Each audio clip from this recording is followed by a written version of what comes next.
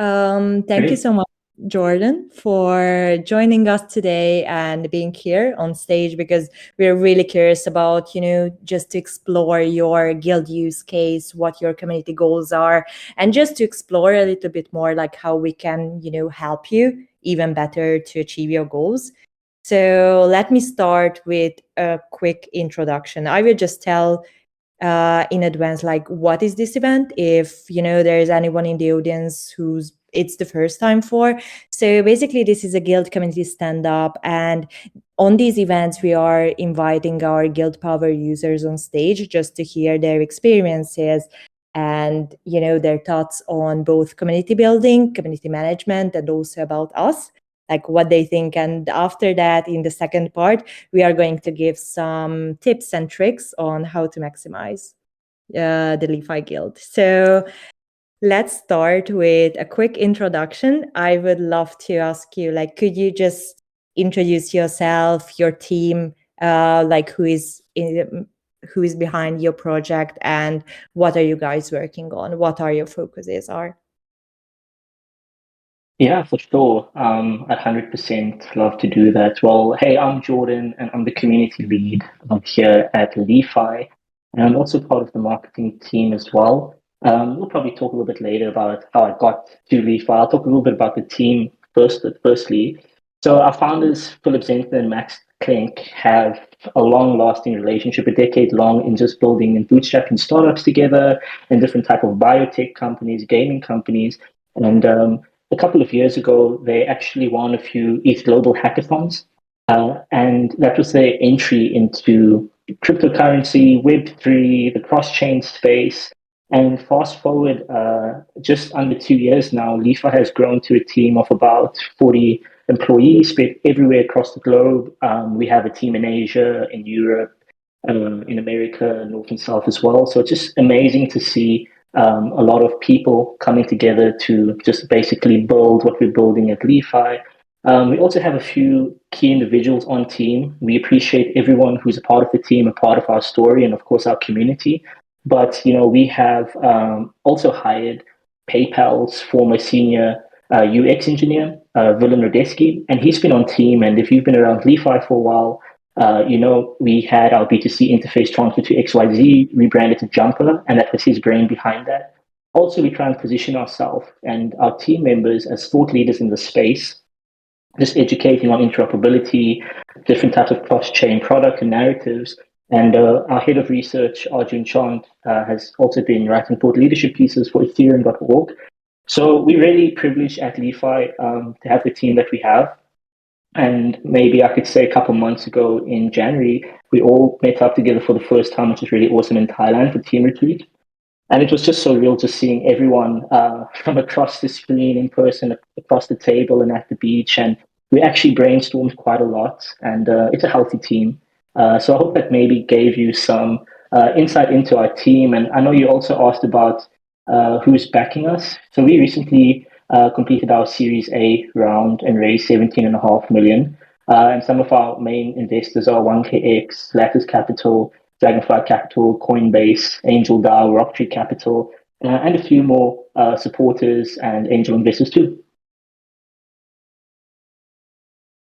Wow, such a multinational, multicultural team you have. This is crazy. And also congrats for the raising.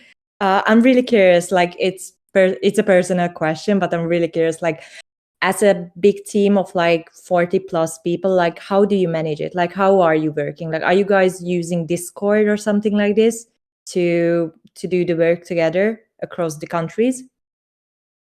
Yeah, it's just incredible just to see, like you said, such a multinational team and just people spread everywhere. So we actually, a lot of our communication exists in Discord and other type of platforms that we may use internally for team. And I think what's really key, as Max and Philip just have a history of creating different companies, and I also think they're not just great product developers and visionary leaders, but they're just great at managing and leading people as well. I've worked in many spaces, and I can really attest that the work culture and work environment at LI.FI is really great. And one thing that really makes a good team and good environment is having good leaders. So when we look at our department leads, we just have the right people in the right place who understand that, yes, we're building something digital, but let's not forget to also touch base on the human elements and connect with one another. So we have good leaders and experienced leaders in place, and from the top down, it all funnels down, and there's a lot of accountability. There isn't a lot of micromanagement, so it's kind of the work environment where it says like, hey, we need to do this, and we've hired the right inspired individuals who want to be committed to the cause and want to build. So I have to shout out our COO and Philip and Max because they make great hires, and I think that's key to a successful team. Yeah, 100%. Actually, like how your team is, working together, and actually like there's a really essential, point on that, like how important the leaders are.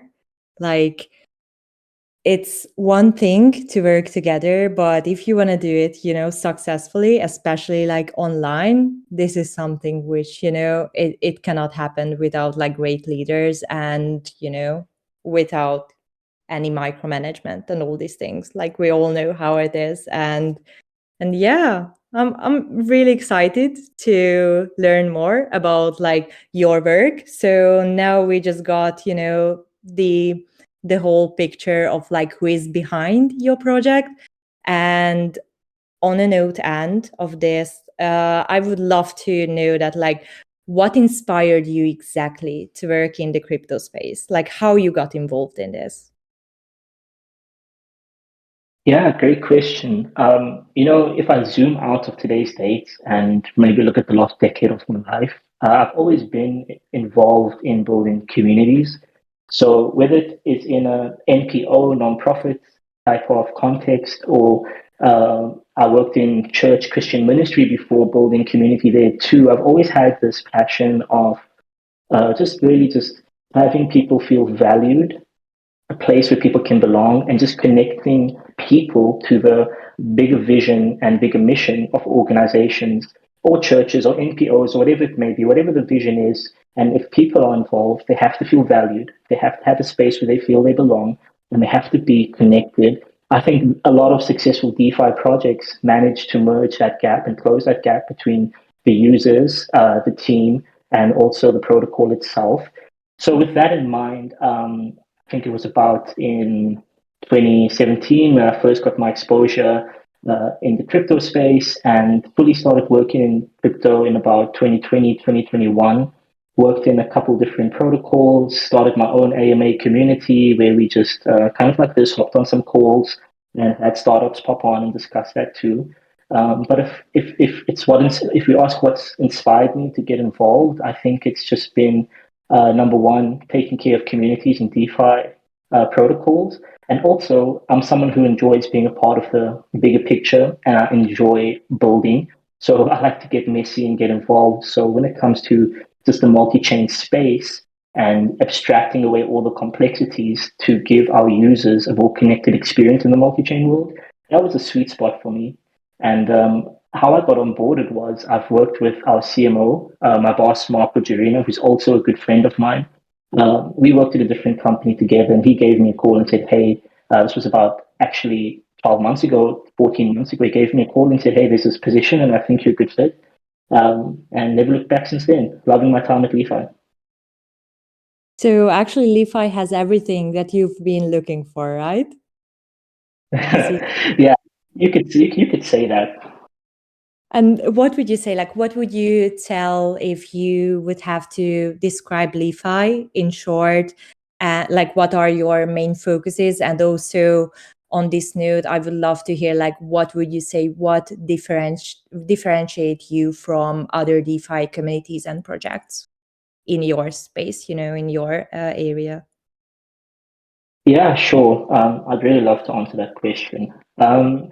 So yeah, like the TLDR on what LI.FI is we a bridge index aggregation protocol. We see ourselves as a DeFi middle layer, kind of connecting different liquidity meshes such as DEXs and bridges into one space.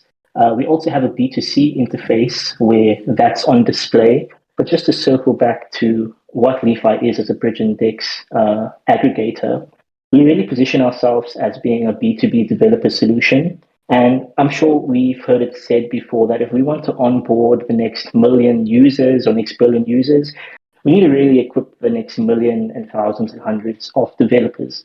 So what we do is that we provide developers with the tool to enable their multi-chain future, empower the multi-chain reality on their dApps or on their protocols. So we provide an SDK, widget, and API, which is plug and play and very user-friendly for developers to kind of have our dApp or our widget on their website or protocol themselves, where users don't have to leave that said website to send funds cross-chain or multi-chain. So we do all the hard work so the developers don't have to. It also means the developers don't have to maintain this. It's maintained by us, and they just update it when we make the updates as well.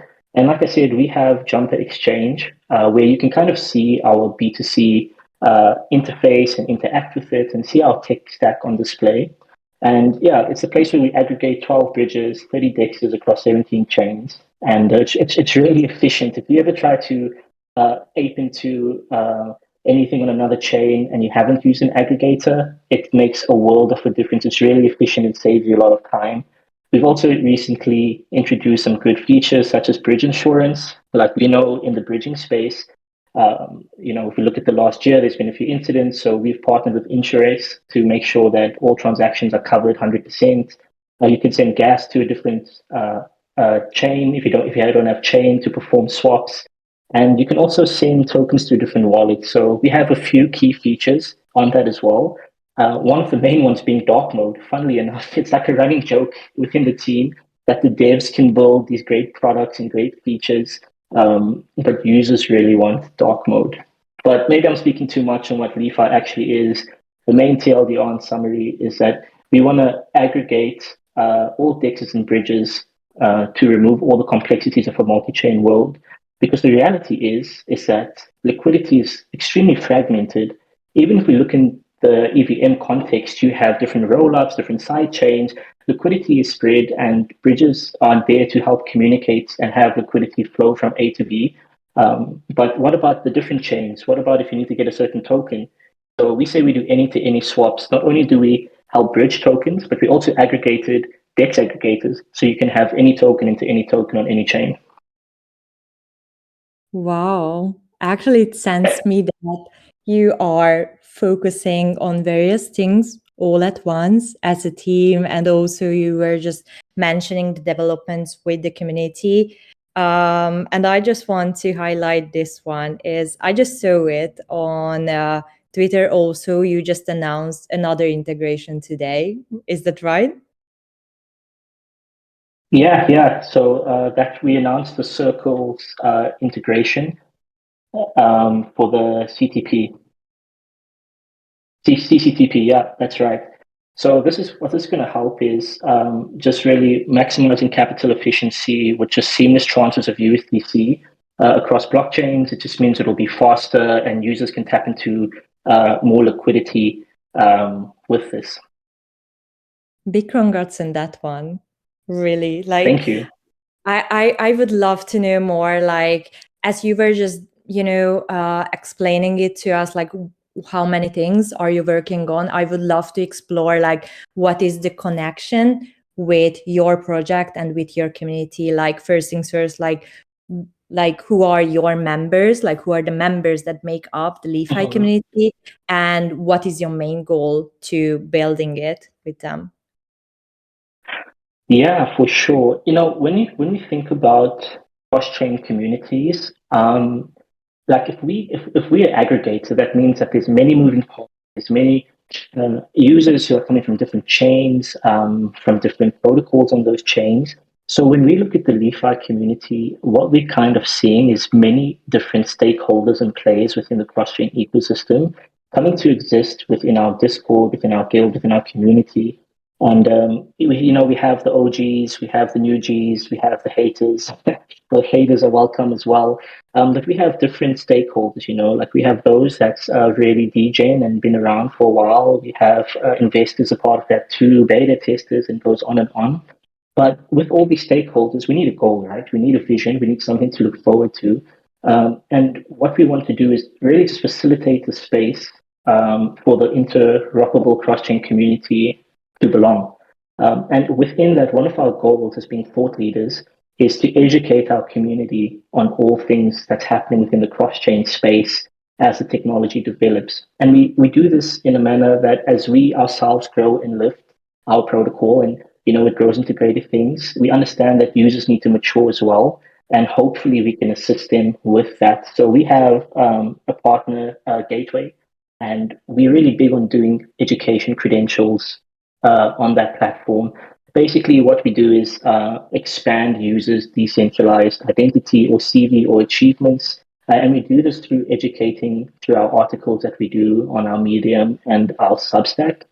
And then if we look a little bit more ahead, we don't have a LI.FI DAO at the moment, but we would like different types of stakeholders and players and founders to form part of a DAO so we can build and enhance this multi-chain current and future together.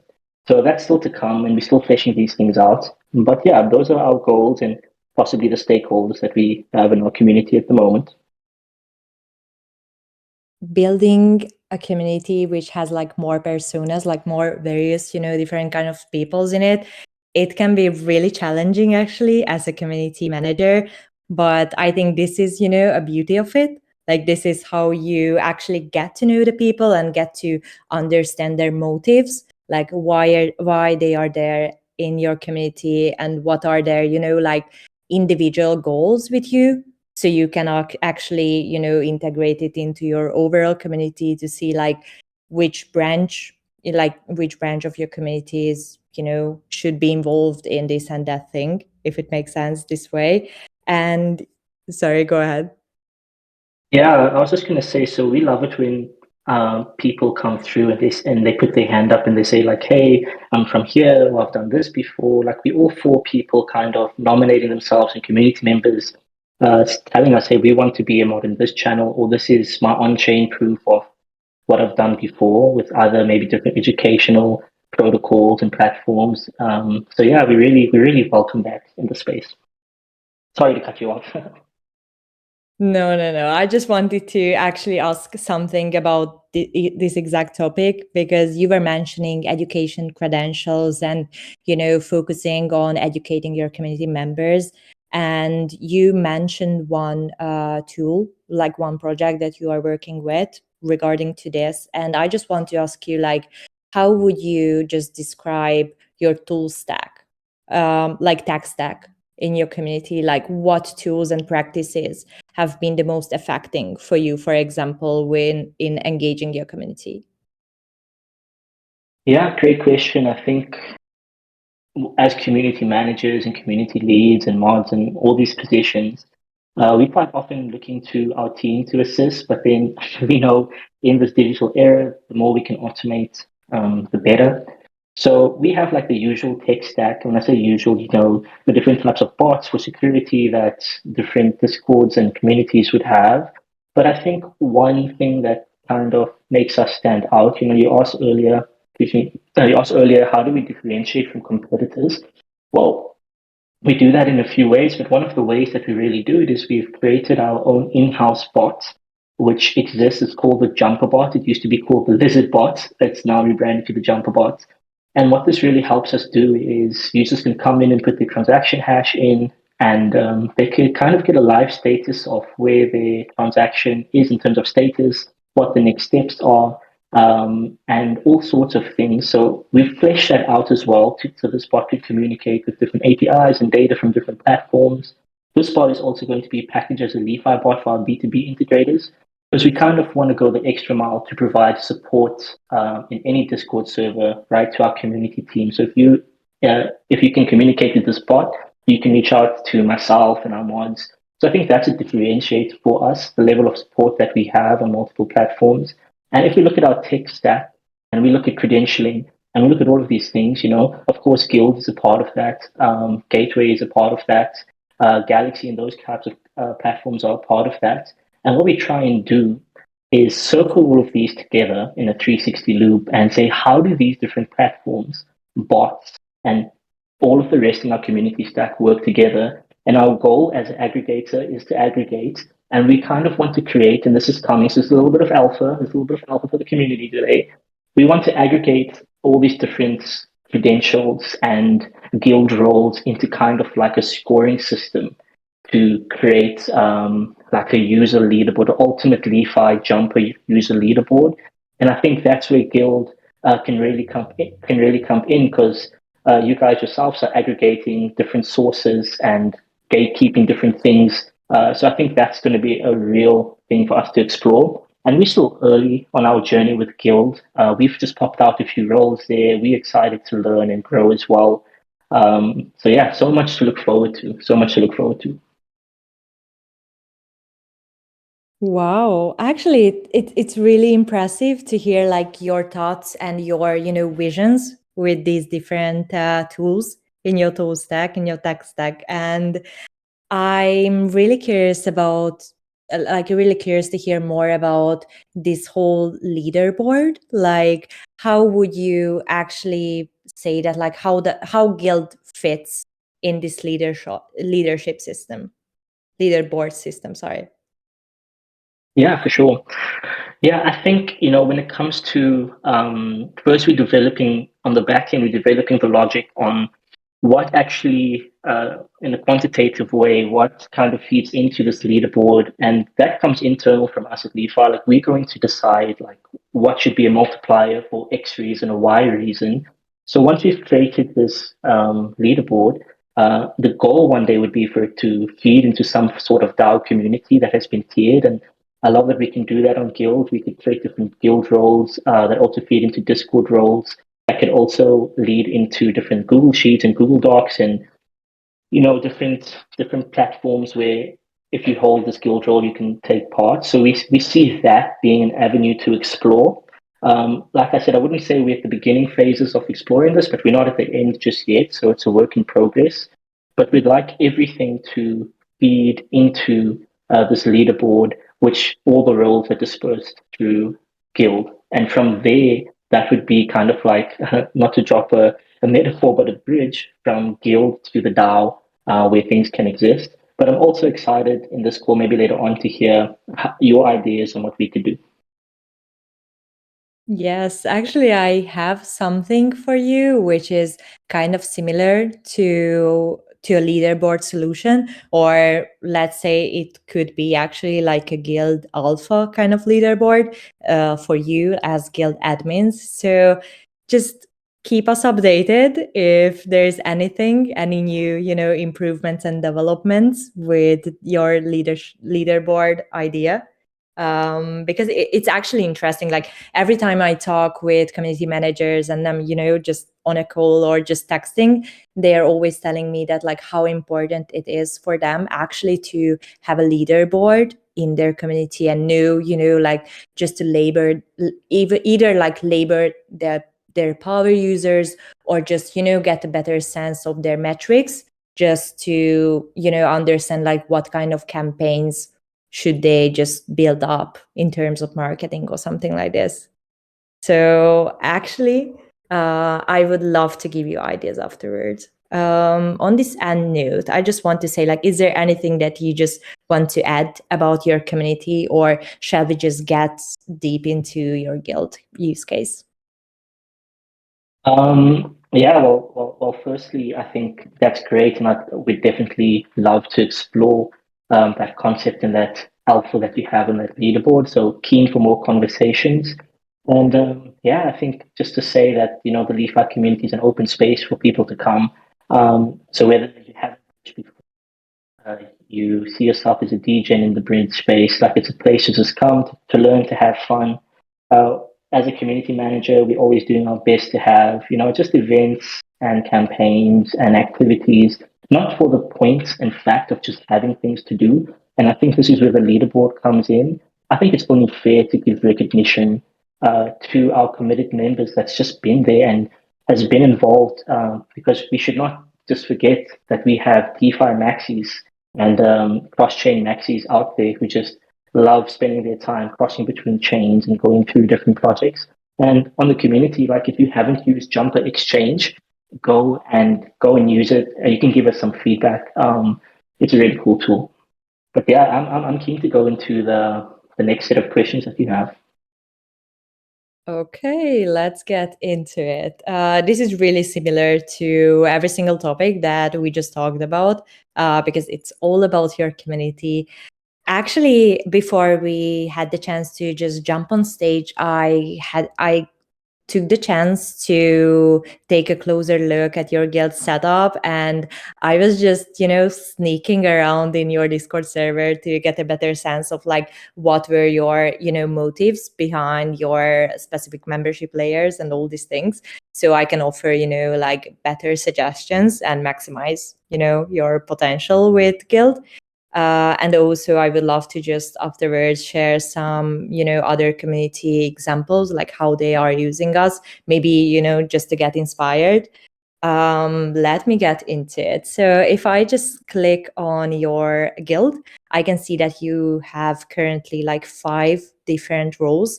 And as I was checking it, first you started out with the free entry option, and also with 2 Twitter follower role. And I just want to ask you, like, what were your first thoughts or initiatives, when you started out with the Twitter requirement? Like, what were your like final goal with that? Yeah, for sure. Well, I think as mentioned, we still at the foundation of exploring Guild and all it has to offer. And I think like the first couple of roles that we put out was pretty easy to onboard like some members onto the Guild. If you're going to be a part of a guild and a part of decision making, like we feel like you should be a follower. You shouldn't be too distant from the protocol itself.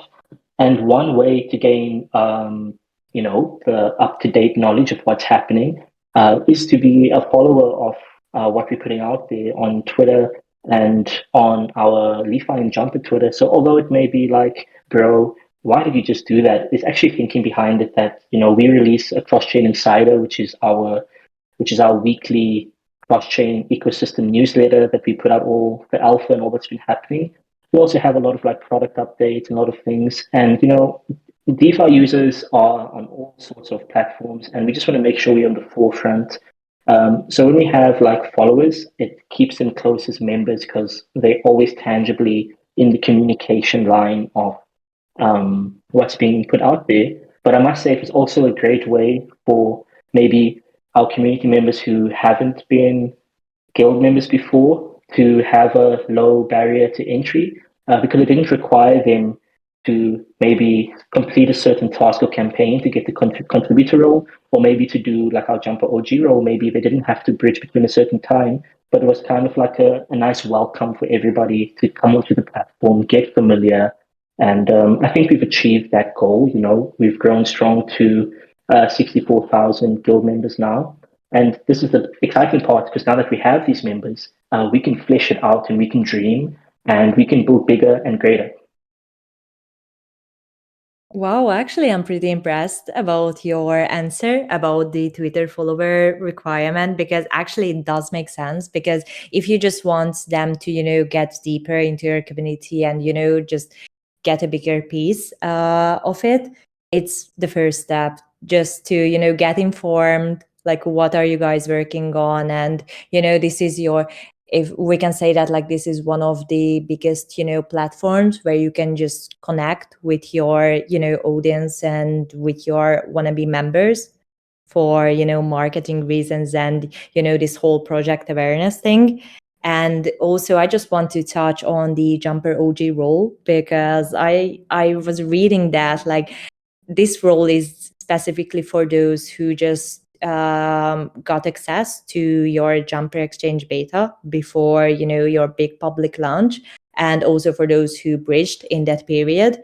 And I would love to know, like, what were your entry, like was there any kind of like requirements to just get included, like get involved in the beta, or how was it set up, this campaign? Yeah, for sure. I'd love to touch on that. So, yeah, so if I start in the beginning, so we were in the process of rebranding our B2C interface transfer to XYZ to Jumper.exchange. And we really value those who actually bridge. And, we shout out to our beta testers and everyone who helps us test things before we push it to production on our staging environment. But what we wanted to do with this type of launch of Jumper is that we wanted to include as many people and potential community members that we could. So we had a whitelist come out on our Twitter where users could try and get onto that whitelist. We had different campaigns on different platforms where we rewarded users with the whitelist spot. And then during the specific period of the beta testing period, those who did any kind of bridge of any value, we said, okay, you have put an effort here. So we're going to actually put you on an allow list for this Jumper OG role, which has been great. I think it's good to give recognition. One thing for anyone who is maybe on this call right now, who might say, hey, before Jumper was even around, I've been using Transfer 2 in 2021. I've been a part of LI.FI for so long. Why didn't I qualify? To reiterate the fact that that was for just the beta testing period and those who got whitelist, and the LI.FI OG guild role, that's still to come. That's a bit of alpha too. So we're going to drop the LI.FI OG guild role and we're going to take into consideration our users' on-chain activity and all of the kinds of activity that they've done in the Discord server and so many other verticals. So if you're thinking you missed out and you may be a little bit upset, don't worry. We're going to still announce this, and it's not going to be too long till we announce that. So can you get into Jumper OG role? Nope, you can't because that period is over. But keep bridging and see what roles you can get. Actually, it does sense like a collaborative community culture for me, actually, because as far as you were explaining like how your marketing strategy and your campaign was going, I can sense that like you were, focused on building and fostering like a more engaged community because you wanted them to, be included in the beta and just, get that sense of belonging. And also it let's say that like it's really great idea for early supporter identification, if I'm correct with that one. But I would love to hear your thoughts also like on this point, like how would you describe your community culture? Oh, maybe I'm a bit biased, but I think we have the best community. Don't tell anyone though. I think the culture is pretty healthy. It's pretty inclusive. Like I said, we there to hold your hand, but we don't want to hold it too long because you want to put the tools in your hand to maybe partake in a credential to educate yourself or to actually get skin in the game. Like if you want to learn how it actually is to bridge assets from here and this and that and LP into something and do destination calls and just get skin in the game, but we'll be there for you. I think there's a closeness in our community. I think our community feels close to the community team. And like, I'm really grateful that we have the team that we do in the community department. We have Bulla, we have Alex, we have Shlomo who works on weekend, and we have Nathan who just joined. And I think what we've really tried to do was be present. And from being present, I think that's created trust and it's created a feeling of just wanting to be in the community, to want to see what's coming up next on announcements. So I think it's really healthy. It's a secure community as well. We're pretty strict on what gets shared in the community in terms of permissions. So, some users might not like it, but we want to put the safety of our users first. That's a big priority to us.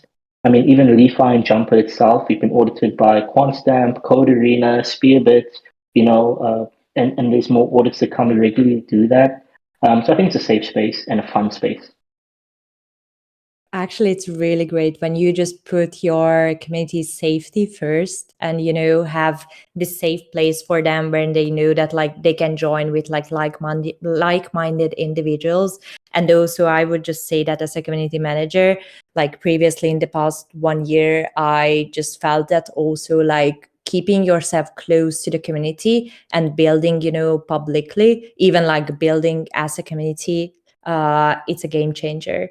Like if you know that, like if they know that like they can, come to you, they can, talk to you, and they feel themselves heard when they have something to share. And because if they want to contribute to the project and you just recognize them in these ways, like it's really powerful, just building like a more healthier community, and also like having this internal growth when they are like inviting one another.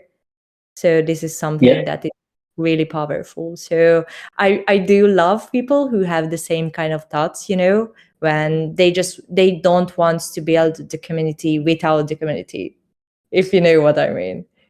It's like No, building 100%. I it's like mean, publicly with them. Sorry, go ahead.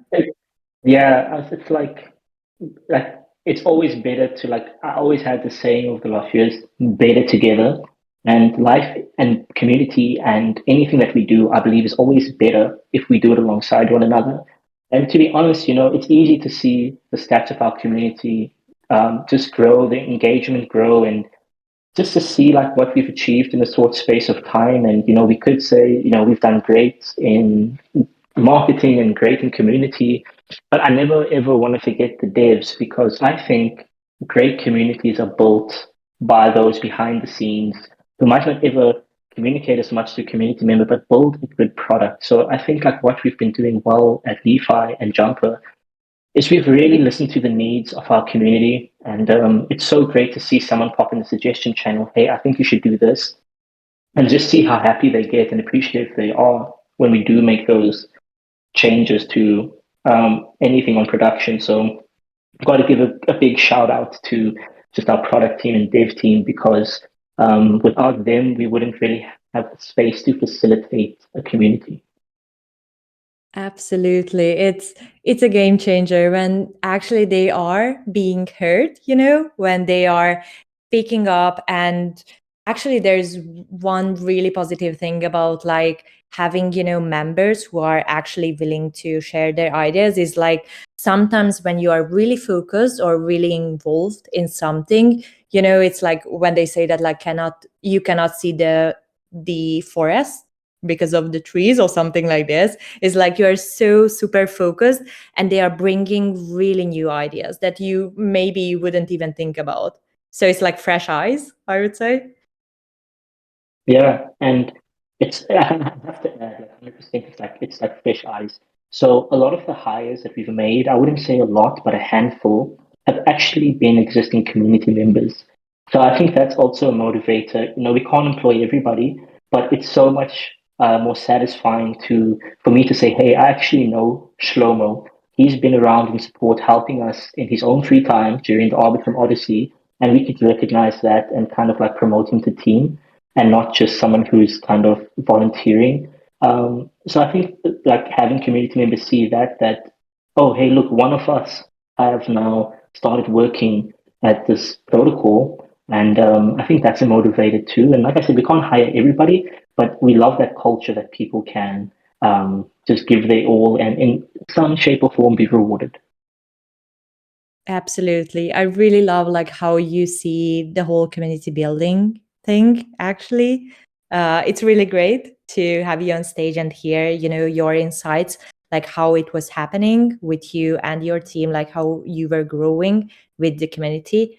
And to circling back to your guild, I just have one question. Like you have as we were talking about it, you have the Jumper OG and you also have a contributor role. And I would love to know that, like, how these, people with these roles have the like what kind of opportunities they have to contribute to your projects and development.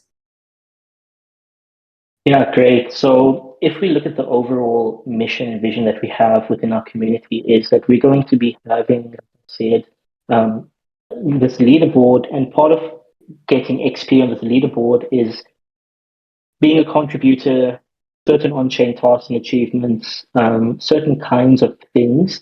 So I think when you are a contributor, you don't just get that role, you actually have to contribute. So there's actually something tangible that we can see and we can validate. So let's say in future, when we do have maybe a DAO, if we have a DAO, for example, we know the type of people that we can have in the contribution pod. Maybe that could look different. It could be translating something. It could be creating graphics, memes, podcast. It could be anything. So we know who to have in that position because they've earned it, and to also take part in the treasury and rewards for that. So like the roles that we have now, they may just look like roles, but if we think in long term and we want to really be the hub and the central point for every interoperable ecosystem, like these roles and these credentials and these things are all vital because it kind of is like a proof of identity, a decentralized identity, and on-chain validation of what someone can contribute. So yeah, like I said, the LI.FI Twitter and Jumper Twitter follower was really good, low barrier to entry. But like as we add more roles and we tier things up, they're going to be harder to get, and we can really build with those who hold the roles, and we can trust these guild roles because we know that we just didn't allow anyone to get them or attain them. I'm really excited to see like how your guild will keep up growing with your contributors and your wannabe members also. So good luck on that one. And let me just jump into the section where I would love to share some ideas like how we can actually support your goals and keep you growing. First things first, um, I just wanted to mention our like latest development, which is a new requirement type. Actually, it's called wallet activity because now guilds can actually utilize wallet activities as a powerful new requirement type. And this requirement type is to target, specific subsets of your community members based on their blockchain activities. And I would say in your case, it's really, really suitable to have this, because with these variety of wallet-based actions, you can actually label your power users, your high volume traders, and also your contract wizards. So even if you're looking for developers, who have any kind of, experiences with deploying contracts, maybe if you just want to, grow your developer contributors or your team, it's really, really suitable for you. And also, like, let's not forget about increasing Sybil resistance, because with the wallet age kind of type, you can actually set that like only those can, get specific roles or rewards in your guild who actually have, a wallet age, like let's say for 1 month or 2 years or anything that you have in mind. Because these actions, like the wallet-based actions, are already including wallet age, transaction counts, asset movements, and also contract deployments. And these are all tracked like on 5 different chains. So after our call, I would love to, jump into this kind of requirement and tell you more about this. Because actually you can even set like special rules for those who traded on Ethereum or Polygon or something like this in the future. So afterwards you wouldn't need to, use allow lists, because you can simply just set these rules with these requirement types. And it's really, really making your life easier, because you just have to, set it once and it's all done. You never have to, go back to edit any kind of allow lists. And besides that, I just want to mix it with another requirement, which would be really, really useful for you. And this is the one which I was mentioning about, setting up different guild leaderboards for your team. So basically, we have a new feature, which is still an alpha, and we are just rolling it out to, special communities on the go. And this is about visibility. So as of today, you can set secret and hidden roles and rewards, and also requirements.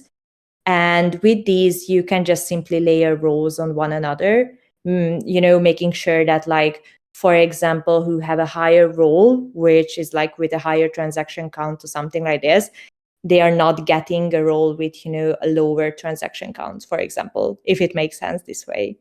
And also it's like a great use case for, personalized rewards. And here is the collecting insights thing, which I think it's a really powerful thing for community managers, because you can just, collect insights on your power users. And also, if you are collecting these insights, it can be really, really great if you just want to set your next marketing campaign or something like this, because you know exactly like what, type of people are in your community. So you can just set, these kind of requirements as insights to your next campaign. And what it means, actually, just to understand it better, basically a secret role means that only you can see it as a guild admin. So they are not going to see it. And the other one, the hidden one, is the one that only role holders can see. So you can set it up as much like, as personalized as you want. And if you, for example, set up these secret and hidden requirements, like the ones that are available only for the members who hold that roles, it can be a really great way to gamify your whole new community experience by creating, unlockable contents and challenges for your members. These are the two things that I had in mind for, like, as a general, inspiration for you. And also we were touching on the, marketing kind of things, and also for PR. And I just want to highlight that I would highly suggest you to use, like, for example, mirror announcements and like and as NFTs also as requirements. And also we have a lot of integrations on Lens, which is actually getting better and better. And I'm saying it because, for example, our guild is using it also, and we just experienced it. Like, we are sharing our announcements not only on Twitter but also on Lenster. And actually, these requirements types can be also a game changer for you, besides, the ones that we have for Twitter and all these things. And as a closing point on these tips and tricks, I would just highlight that, like, how the whole protocol is using our guild, because they have a lot of different role layers in their guild. And also they are using, for example, as you do also Galaxy campaigns, and also, for example, they were dropping pop-ups to engage with their communities through guild, and also with the Twitter requirement. So I would highly recommend you to take a look at the Hope Guild to just get inspired on that. Yeah, I mean, I'm impressed by all of that. There's so much value in what you've been saying. I've been taking notes. I've got that all down, but I really don't miss any of that. I think that on-chain wallet activity requirements and just all of the different verticals it kind of looks into is really, really needed and necessary. And even just with that leaderboard alpha that you've been speaking about, I can see so many ways where we can improve on what we're doing, and I'm pretty sure our community would be appreciative of that. Even when it comes to the marketing tips with announcement NFTs and integration on Lens, which we're looking at, and all of that. Like I always say, we're always learning, always love to learn, and we'll definitely check out how Hop and other guilds are utilizing the platform. And hopefully, at the end of the day, our community would be better for it, right? Yes, I would love to help you to just, start integrating these different requirements. And also, after this call, I will enable the visibility option in your guild also. You can just play around with it, like how the secret roles and how this hidden roles and requirements are looking like.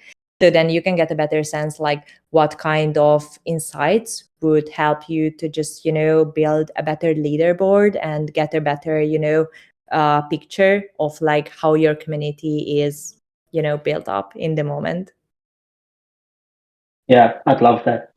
Looking forward to it.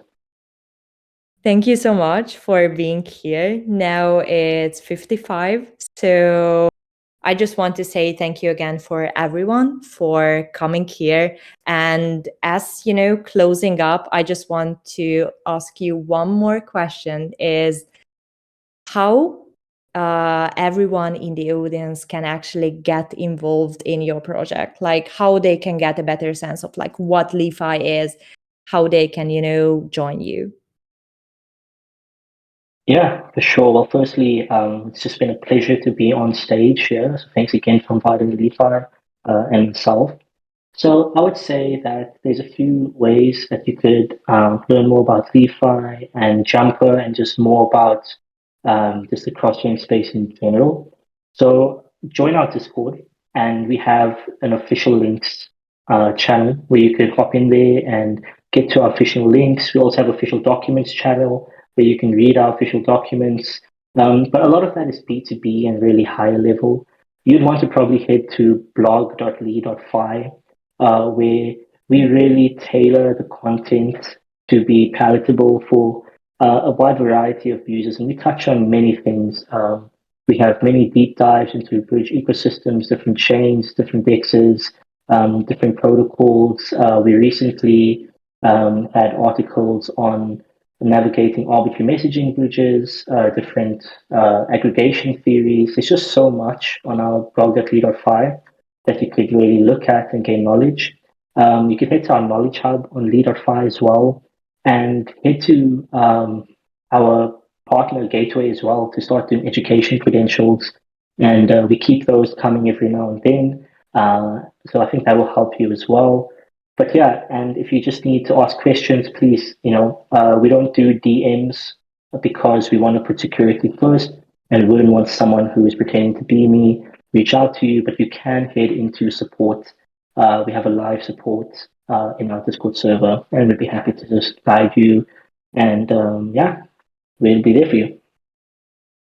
Thank you so much for being here and for all the insights. And, ending this call per usual, I would love to say thank you for everyone for coming here.